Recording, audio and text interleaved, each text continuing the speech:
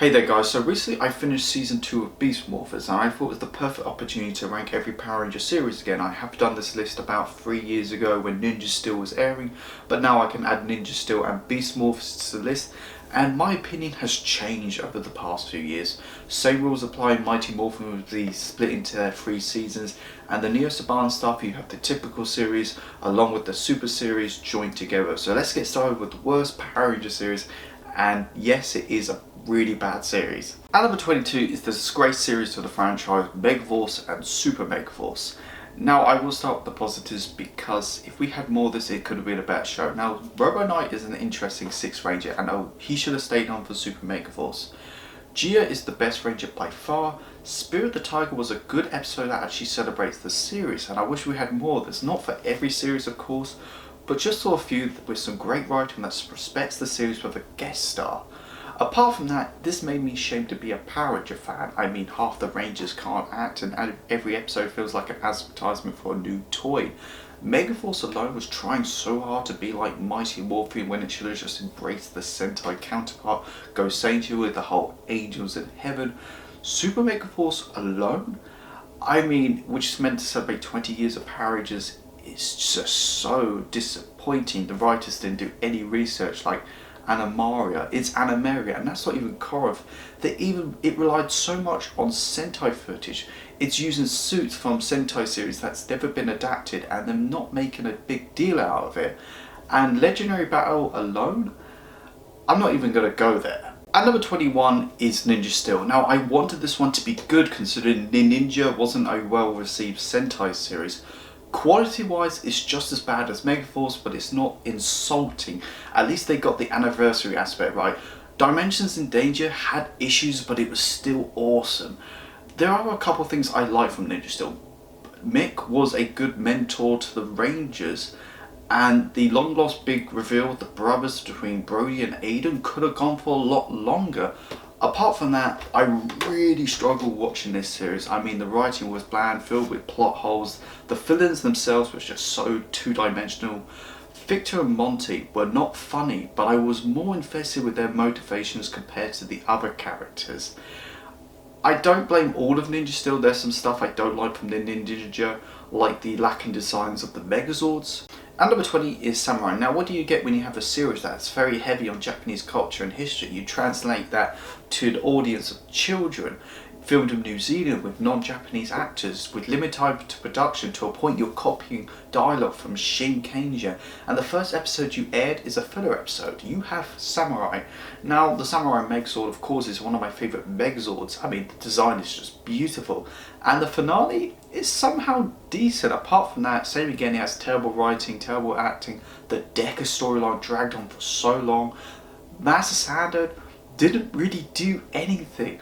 And whose idea to have a beautiful looking battleizer but only can be used in a Megazord cockpit? And number 19 is Operation Overdrive. Now I used to think this was the worst series of poorly written characters, especially the Rangers and the villains, and they did such a bad job of adapting this treasure hunting storyline from Bo Kenja, which is an awesome series by the way.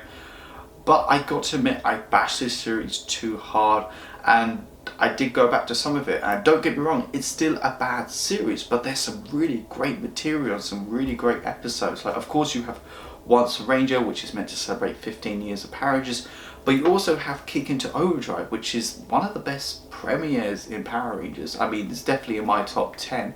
But you also have Home and Away, which is like Tarzan living in this Matrix world built on a lie. That was quite interesting to watch. Spencer is another good mentor from a bad series. The aesthetics were there. I mean, I loved the suit designs and the Megazords and the weapons. It was just poorly executed. And number 18 is Mighty Morphin Season 2. I'm going to get so much hate for this. Season 2 has got great episodes and great moments like Mutiny, White Light, Missing Green, Return of the Green Ranger, and I love the Thunder Megazord. But, I mean, the narrative wise, it's just all over the place. I mean, it's just a mess. I always split Season 2 into 2 parts. You have pre-White Light and after White Light. Now with pre-White Light, that's what I liked about it. It was kind of like Series 1 but with a scary villain, and it didn't rely too much on Sentai footage. But after White Light, it had some great stuff, but it's really when it dropped the ball. I mean, the most obvious reason was the cast swap. Austin St. John, Walter Jones and Tree Trang deserved a better send-off. Rocky Adamaisha were fine for this series, but they were just filling in the gaps. Lord Zed was started off as a great villain, but with the whole parents complaining, he became so campy, and Rita came out, which felt so forced. I was happy when Tommy came back for the White Ranger, but become the leader over Jason, I'll never forgive them. Season 2 just changes too much with too little time, and there's not really adjustment. At number 17 is Turbo. Now, it has gotten better over the past few years for me. I mean, it was the series that almost cancelled Power Rangers, but I blame the first half with the whole detonator plot device that was just lazy writing. It has some really bad episodes like Alarmed and Dangerous and Rally Ranger, and the original 4 Rangers weren't suited for this series, and Bulk and Sky at their lowest point. In the first half they were monkeys, and in the second half they can't keep a job for more than 10 minutes. But when you get the second half of Turbo with the new cast, it becomes decent with some really great episodes like Trouble by the Slice, which is like a fan favourite. Darkest Day and One Last Hope is my favourite episode arc from the series. Chase into Space is one of the best finales in Power Rangers. If the first half was strong as the second half, it would have been a different story. At number 16 is Mystic Force. Now, I would be shocked if there was going to be another Power Rangers series that could top Mystic Force in terms of magic theme, because Mystic Force knocked it out the park. There's a lot to like about Mystic Force. Korag is an interesting general. Broken Spell is my favourite story arc from the series that introduces my favourite Team Power Up mode, Ancient Mystic mode. It has the best stunt work I've seen in Power Rangers. The problem is with Mystic Force, it does get too inconsistent, and Nick taking all the focus, and the Master shows up at the last minute and we're expected to care. At number 15 is SBD. Now SBD did start off strong. I mean, I liked how everyone had their own character arc. Bridge and Sky were my favourite of the bunch. For a series that's set in the future, it had great production value. Reflections is just such an incredible episode. Beginnings is one of my favourite premieres, the Power Rangers. The problem is with SBD, it's like every several episodes the team have to learn to work together, and it's like, come on, they work for emergency services, that's like a crucial part. And Sam becoming this big floating ball for the series is just a massive turn off. I mean, it could have worked, but he didn't really get any focus episodes. At number 14 is Ninja Storm. Now, it's the first series distributed by Disney. It changed the filming location to New Zealand. It started off the whole Free Ranger format with the gender swapping colours. There's nothing really bad about Ninja Storm. I mean, I'm not a fan of Hunter and Lothar, but Dustin and Tori more than make up for it. Ninja Storm is an average series at best. It had its moments, it's a lot of fun.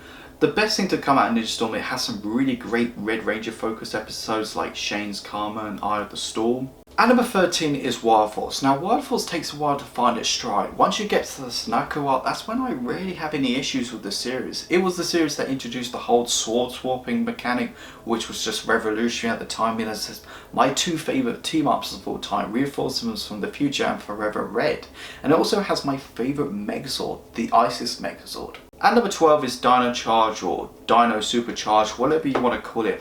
After like 20 years of Power Rangers and a couple of bad series, I thought the franchise had its time, but Dino Charge came along and made the franchise great again for a period of time. Dino Charge knew what it was. It wasn't trying to be big or epic. It had some really great story arcs for the most part. Every Ranger was likeable, apart from James and Senowing. The villains were a breath of fresh air. I mean, they didn't rely on Sentai footage. Sledge should have just stayed on for the entire arc. The best thing to come out of Dino Charge is that it's the funniest series. In a good way. There was times this series just made me laugh out loud. That's how good the writing was.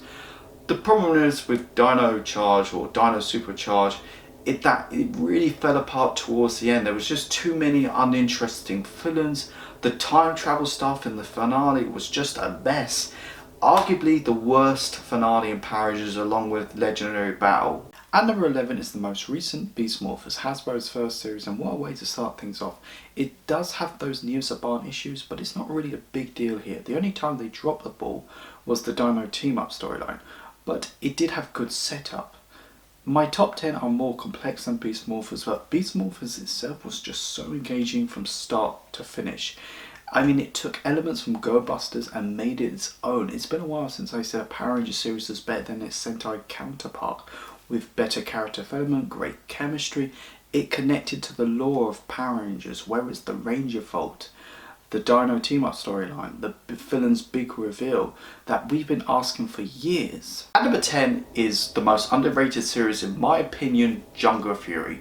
Now, the format of the series is just well constructed, and it doesn't get enough love than it deserves. Hell, it introduces the first Purple Ranger. RJ was just a great ranger and mentor all around. The Spirit Rangers was just a refreshing idea at the time with a great arc. I love the villain factors. Daishi, the Five Fingers of Poison, the Overlords, the Phantom Beasts. I loved how the series actually progressed with every episode. At number 9 is Lightspeed Rescue. Now, if you've seen my original rankings video a few years ago, you know that Lightspeed Rescue was really low on the list. And that's because I didn't really give it a proper rewatch at the time. But over the past few years, I went back to it and I was so wrong. Lightspeed Rescue is just a great series. It has great characters.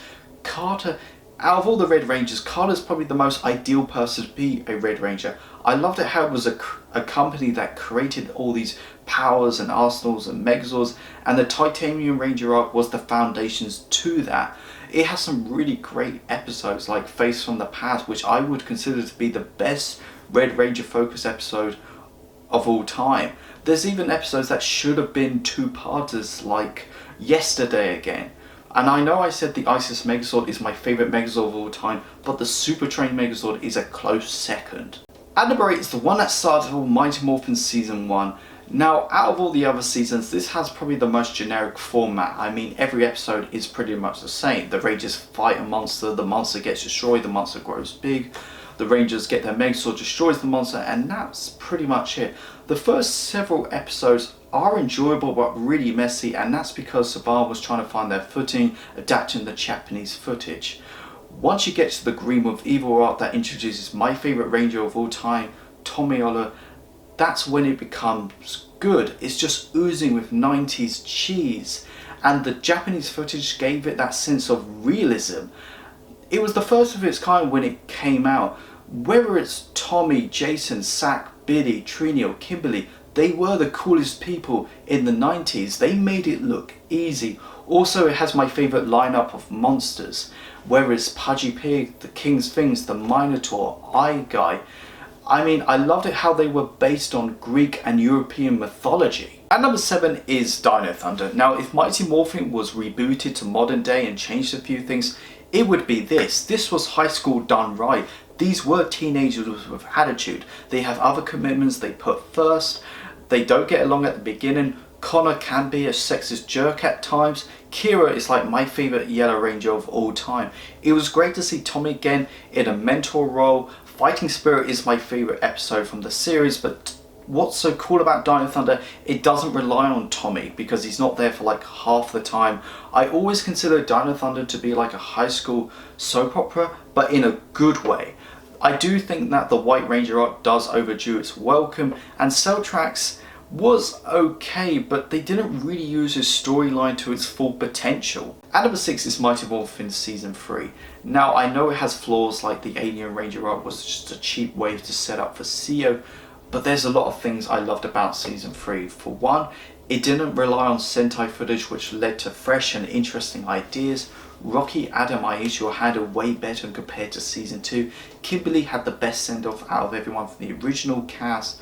It does a great job of expanding on the world building, which plays a vital role in the later seasons, and we learned where the powers came from. It did try and start off this shared universe with the Masked Rider, which didn't really go so well, but I loved the Ninjetti theme. I loved how they were trying to use it. There's so many episodes I loved about Season 3, and that's due to the fact that Zed and Rita were actually winning. At number 5 is CEO. Now, it took everything I loved about Mighty Morphin Season 3 but adds something new with stronger plots, better writing for the Rangers, character development. We got to dive deeper into the world building whilst expanding at the same time. The best thing to come out of Zeo was the Gold Ranger arc with the return of Jason. Zeo is just such a fun and colourful series. The only thing that really drags me down for Zeo is that if it had a proper ending that transitioned some way into Turbo, this would have ranked so much higher. And number 4 is arguably the best series in Power Rangers, RPM. Now this was the last series at the time, so the showrunners were like, fuck it, let's do everyone that Power Rangers hasn't done before. It did a complete 180 on Go Ranger. The first few episodes doesn't feel like Power Rangers in a good way. I mean, it made some bold choices, whether it's killing off characters on screen or mafia corruption. It has some of the best character study in Power Rangers, especially for Dr. K. You felt sorry for her backstory. I mean, even though Fendrix was defeated, he still kind of won. Most of humanity was wiped out and most of Earth is a wasteland. I mean, RPM is still the darkest series in Power Rangers. And number 3 is Lost Galaxy. Now, originally this wasn't top 5, but over the past few years I went back to the series quite a bit compared to the other seasons, and that's how much I loved about Lost Galaxy. But Lost Galaxy was another Power Rangers series that did a complete 180 from its Sentai counterpart. Giga Man was a nature themed series, but Lost Galaxy had more of a Star Trek makeover. I loved the idea of Terra Venture, a space colony searching across the galaxy that had different segments of Earth's environment, and the look and the design inside and out was just beautiful. But there's so many reasons why I loved about Lost Galaxy. Shakina and Deviant, the 10th Power, the Magna Defender arc, the rescue mission that had an alien vibe to it, the killing off a Pink Ranger, the foot soldiers in the finale turned into suicide bombers. But it was the first series not to have teenagers, more like young adults with professions. I have a lot of nostalgia for Lost Galaxy because it was the first series I properly watched as a kid back in 1999 on Fox Kids. So yeah, Lost Galaxy has a lot of fond memories to me. And number 2 is In Space. Now, the stakes have never been this high before in a Power Rangers series. It wasn't just the Earth this time, it was the universe. It wrapped up 7 years of storytelling that started all the way back in Mighty Morphin. And the Turbo cast were handled way better, dealing with more serious storylines. Andros was the Red Ranger that the show needed at the time, and the show just shows you that the villains don't have to be mustache twirl stereotypes, they can be complex. That's what I loved about Astronomer and Ecliptor. The Psycho Ranger arc is arguably my favourite arc in Power Rangers, and Countdown to Destruction is my favourite finale in Power Rangers. My favourite Power Ranger series is Time Force. No surprise there, Time Force has always been my favourite series, and I'll give you so many reasons. For one, Wes is my favourite Red Ranger of all time, Jen is my favourite Pink Ranger of all time, Ransik is my favourite villain of all time, Force from the Future is my favourite premiere of all time, it has my favourite 3-part storyline, Dawn of Destiny, Fight Against Fate and Destiny Defeated, Red Battle Warrior is my favourite battleizer of all time. But a lot of people don't know that Time Force had so many possibilities, like showing on Primetime, having a second series, having its own movie. I mean, the best thing to come out of Time Force was the writing. It really captured the time travel stuff, but it was mature. It had some gritty stuff like killing off a Red Ranger in the first episode, but Time Force had some fun stuff to it. I mean, Movie Madness was a great example. Now, I know a lot of people say that Trip or Lucas and Kate doesn't get enough focus compared to Wes, Jen and Eric, but I wouldn't say they're ignored. They do get some really good focus episodes. Time Force made me look at the real big picture in Power Rangers. I wasn't interested in the Megazords and the fights. I was compelled to the characters and the storylines. That's how much I loved about Time Force, and it's its 20th anniversary coming up next year, and I just can't wait to do a video on it. So yeah, Time Force is not just my favourite Power Rangers series, it's one of my favourite shows of all time. Thank you so much for watching this video, guys. Go like, share and subscribe. Let me know, what is your favourite Power Rangers series? Go check out my Facebook, my Twitter and my Instagram page. You guys are awesome. I got your back.